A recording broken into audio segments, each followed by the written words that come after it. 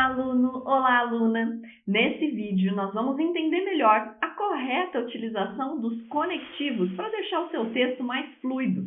Olhando para a palavra conectivos, podemos notar que ela faz referência à conexão. E é isso mesmo que eles fazem. Eles conectam elementos do texto para que a gente tenha mais clareza e coesão.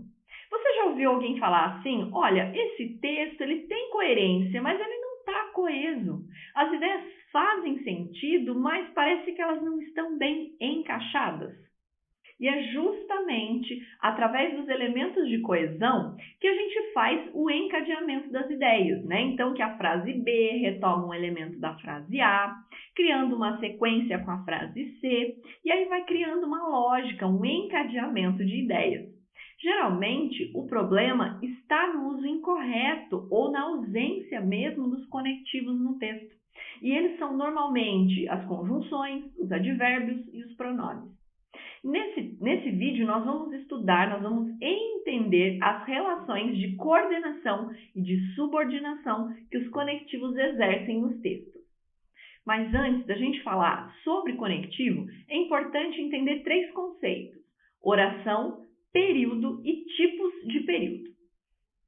Nós consideramos frase verbal todo enunciado com um sentido organizado em torno de um verbo ou de uma locução verbal. A frase verbal ela também é chamada de oração. Então, os contribuintes declaram o imposto de renda todos os anos. Nós temos apenas um verbo, declaram. Então, nós temos apenas uma frase verbal e, portanto, apenas uma oração. Já o período é o que popularmente a gente chama de frase. Nós temos períodos que são simples, que são formados por apenas uma oração, e períodos compostos, que são formados por duas ou mais orações. Como nesse exemplo, os contribuintes declaram imposto de renda todos os anos, mas muitos deles atrasam a entrega. Então, nesse caso, nós temos dois verbos, declaram e atrasam. Então, a gente tem duas frases verbais organizadas em torno de dois verbos diferentes. Então, esse é o período composto. E é justamente sobre essa relação do período composto por coordenação e por subordinação que nós vamos tratar aqui. O período composto por coordenação é aquele que é formado, que é constituído apenas de orações independentes. Elas são coordenadas entre si, mas não têm nenhuma dependência sintática. Então, retomando o nosso exemplo, os contribuintes declaram imposto de renda todos os anos, mas muitos deles atrasam a entrega. Então, os contribuintes declaram o imposto de renda todos os anos, não depende do resto do período para fazer sentido. Articuladas, essas duas orações formam uma ideia só, mas ambas as orações têm sentido completo sozinhas. E as orações coordenadas, elas podem ser de dois tipos: as sindéticas e as assindéticas. A gente vai entender um pouco mais sobre cada uma delas. As assindéticas são aquelas que não são ligadas por uma conjunção, elas são ligadas pela vírgula. Declarou o imposto, fique tranquilo. Nós não temos um então, declarou o imposto, então fique tranquilo. Nós temos uma vírgula, cumprindo essa função de ligar essas duas orações. Já as sindéticas são aquelas que são ligadas pela conjunção. E aí nós temos 5 tipos, né, que estão nessa tabela que vocês estão vendo. Elas podem ser aditivas, adversativas, alternativas, conclusivas e explicativas. Nós temos alguns conectivos que são característicos de cada tipo, né, que você está vendo aí na sua tabela. Mas quer dizer que só esses vão aparecer? Não. O importante é saber qual é o sentido que você quer dar para a sua oração e aplicar o conectivo que se encaixa. Então, por isso que é importante conhecer essas opções. Então, na aditiva, ela adiciona uma ideia. As principais conjunções, e, nem, mas também, como também. Então, no exemplo, não somente apreendemos os animais silvestres, como também localizamos os responsáveis pelo crime. Então, eu estou adicionando uma ideia. A adversativa é aquela que traz uma ideia contrária. Então, nós temos como principais conjunções o mas, porém, todavia, contudo, entretanto. Júlia enviou o processo de modo digital, mas ele não foi aceito. Então, a gente esperava que fosse aceito, mas não foi. A alternativa é aquela que coloca opções. Ou, ora, quer, né? Ou você faz o processo presencialmente, ou você faz pela internet. Uma coisa ou outra, né? Na verdade, eu não estou excluindo, estou dando opções, mas pode ser também com a ideia de exclusão, né? Que se você faz presencialmente, não faz pela internet.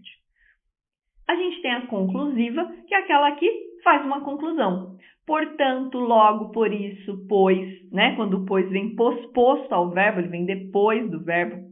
O contribuinte está com CPF irregular, logo não poderá abrir uma conta bancária. Então, o logo quer dizer, é uma conclusão, né? Acontece isso, então isso daqui vai acontecer.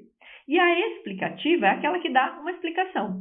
Então, por que, pois, e quando o pois vem anteposto ao verbo, né? Quando ele vem antes. A mercadoria foi apreendida porque o dono não fez a declaração adequadamente. Então, está dando uma explicação. E as orações subordinadas, ao contrário das orações coordenadas, elas exercem uma relação de dependência sintática em relação uma à outra. Nós vamos ver alguns exemplos. A mercadoria pode ser transportada se for devidamente declarada. A condição para que a mercadoria seja transportada é ser devidamente declarada. Então, a mercadoria pode ser transportada. É uma oração. Se for devidamente declarada, é outra. Então, elas têm uma relação de dependência. Eu dependo de uma para entender o sentido completo da outra. Nós temos diversos tipos de orações subordinadas. E quando a gente fala das conjunções, as mais marcantes são as orações subordinadas adverbiais. Elas têm conjunções mais características, como você pode ver na nossa tabela. Então, nós temos a classificação das causais, das condicionais, das conformativas, concessivas, comparativas, consecutivas, proporcionais, temporais, finais e integrantes. São ferramentas para você usar no seu texto. Esses conectivos não tem necessidade que você decore qual é da causal, qual é da condicional, porque esse material está muito fácil o seu acesso. O importante é que você entenda como ele pode melhorar o seu texto.